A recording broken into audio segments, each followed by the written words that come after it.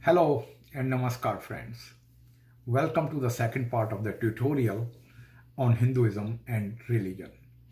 In the first part of this tutorial, we discussed how the human beings normally obtain knowledge or information and how the information they can actually access with normal physical capabilities is not sufficient to answer all their questions about life and universe. But because the answers were very important to them, they persistently made throughout human history efforts to get them. So, how did they do it?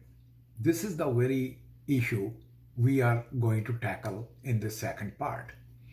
As we were saying, the ancient humans realized somewhere along the line that their toolbox of talents and capabilities must receive some kind of a boost if they were to reach the supranormal, suprahuman zone of truth, where they believed all their answers were to be found.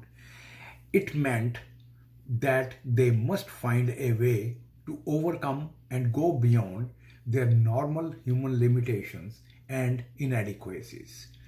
Therefore, the wisest of ancient men and women, fired by the desire to know the truth and powered by their own ingenuity, hunkered down to achieve this goal.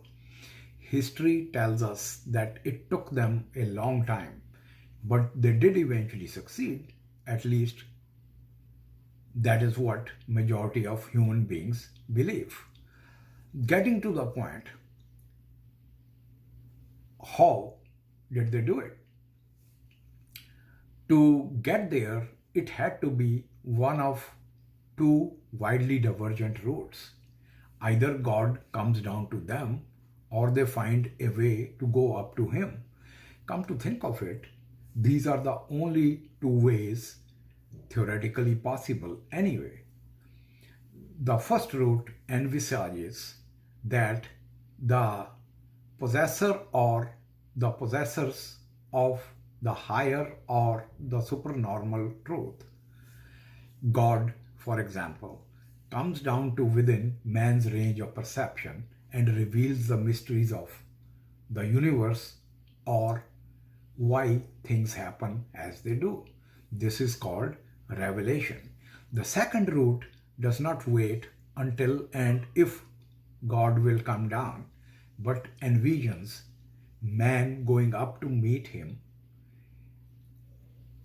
at God's own level by enhancing and upgrading his own perception, intellect, and other capabilities. It requires effort, but here,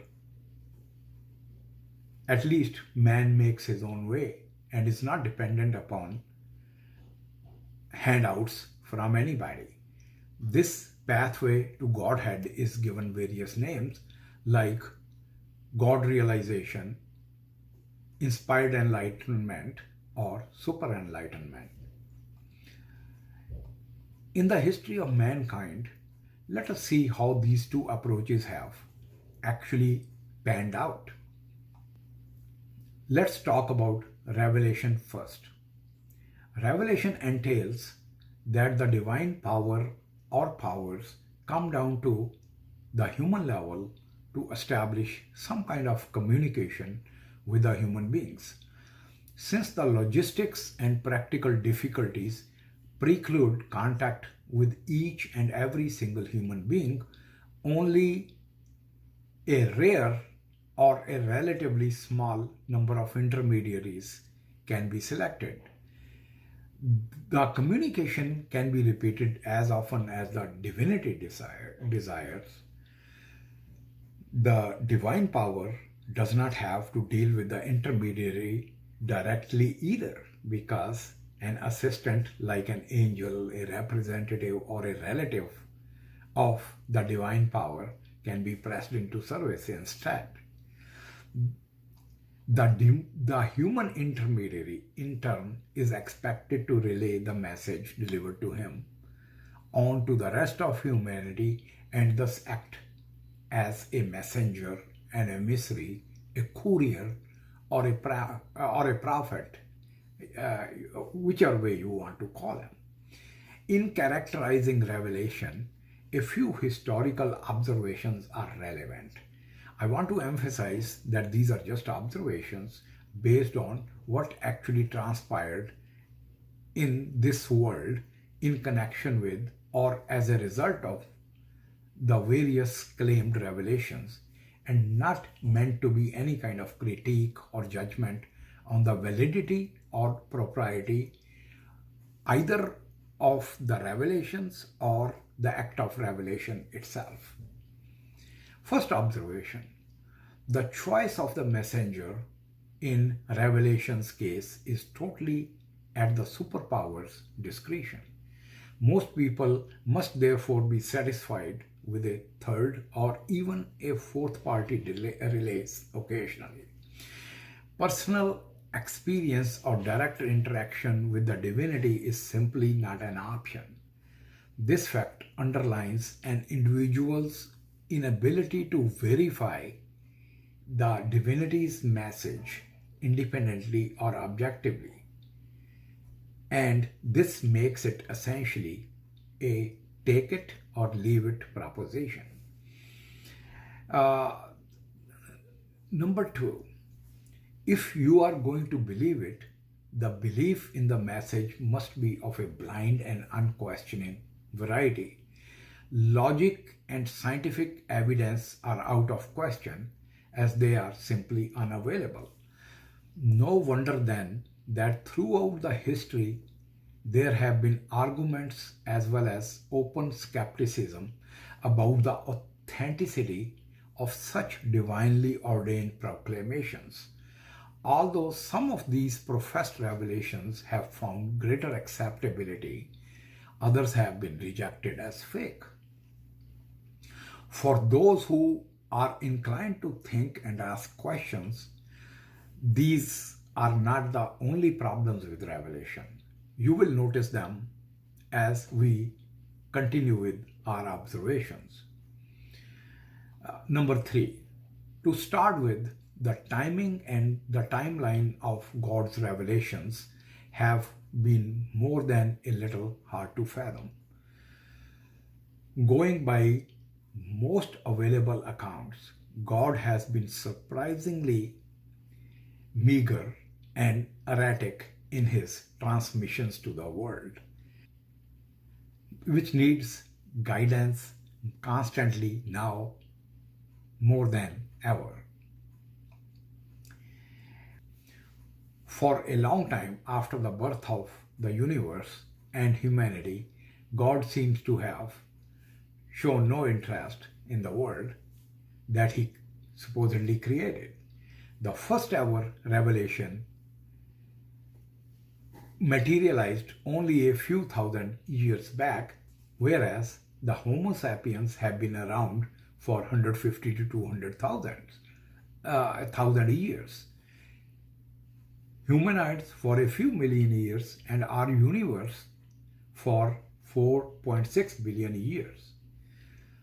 And then suddenly there was a hectic increase in the flow and volume of revelation as scores of prophets showed up within a very short time, following which God slid into another hiatus, as evidenced by the long period of his current silence. Muhammad, for example, the last of recognized prophets, lived in early 7th century CE. Why so? No rational explanations are available. See if you can make any sense out of it. Fourth observation: the contents of the purported revelations have shown some curious patterns over time. While God does not seem to be very keen on explaining the inner workings of the universe and its processes, he is full of orders and commandments, and these are dished out in the name of morality and as such display a distinct inclination to establish and exercise control. I am not talking about the motivations here, but many of the so-called revelations do smack clear as daylight of social engineering, moral policing, economic manipulation, and politicization of human religious impulses. Eagerness to use caution of the carrot and stick variety, I mean reward and punishment, is also unmistakably visible.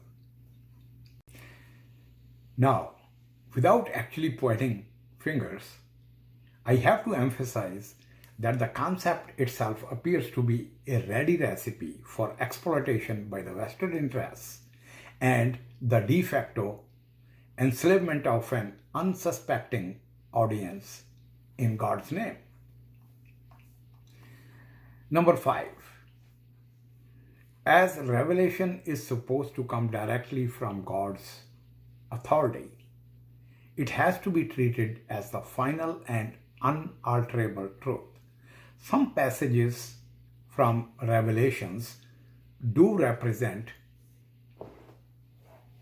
opportunities for varying interpretations, but the fundamental premise has to be rigidly binding. That is why revelation-based religions have been termed absolutist, purportedly originating straight from God's mouth. The message must be followed without question.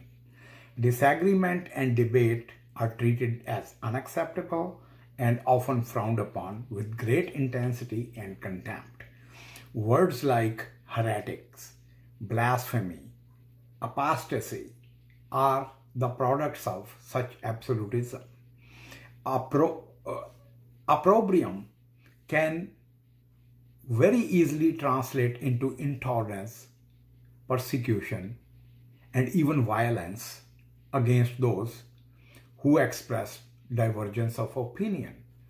Most of world's religious conflicts owe their existence to such religious fanaticism, grounded as it is in absolutism.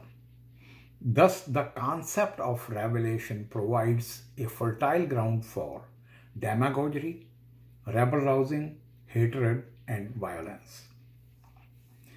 Next one.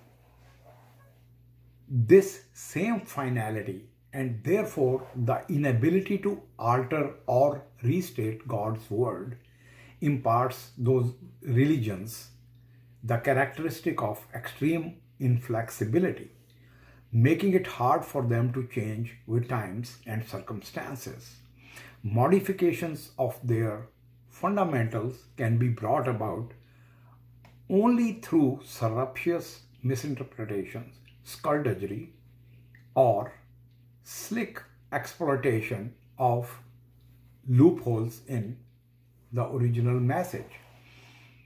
Such acts of subterfuge can in turn have an enervating influence on the society as a whole and act as drags upon its spiritual well-being. Seventh observation. Intelligent and reflective people find an amazing degree of inconsistency, even contradiction, in the messages delivered to different prophets by supposedly the same God. For example, why would God forbid some people to use intoxicants while others are free to use wine even in their religious ceremonies? Why should he ask some to pray 5 times a day while never mentioning any such thing to others? The same applies to different prophets within the same religion. Not only that the message delivered by the same prophet may show convenient compromise with time and situation. If all the messages come from the same God or same source, How do you explain these discrepancies? Let's go to number 8. Why God or another divinity should choose some people as its mouthpieces, but not others, is a question that has often been asked but remains stubbornly unanswered. Pretty much the same can be said about two other related questions. Well, why should the exhilarating direct experience of divinity be bestowed only upon a very few but denied to others? And then, why must the prophetic claims of some individuals be considered more trustworthy than those of others?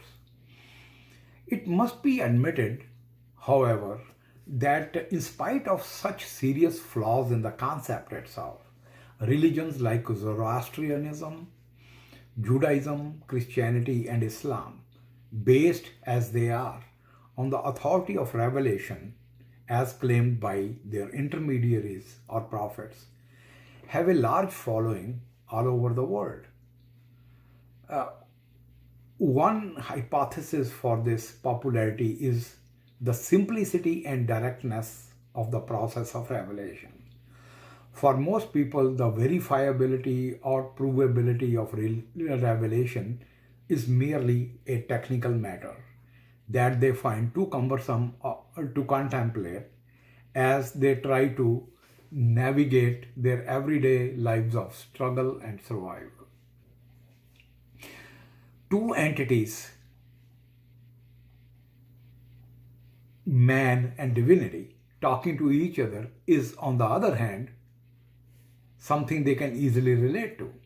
Another thing, the number of prophets is relatively small, therefore the message remains manageably concise. In any case, it mostly deals with everyday life, which makes it easier, more relatable, and relatively less ambiguous.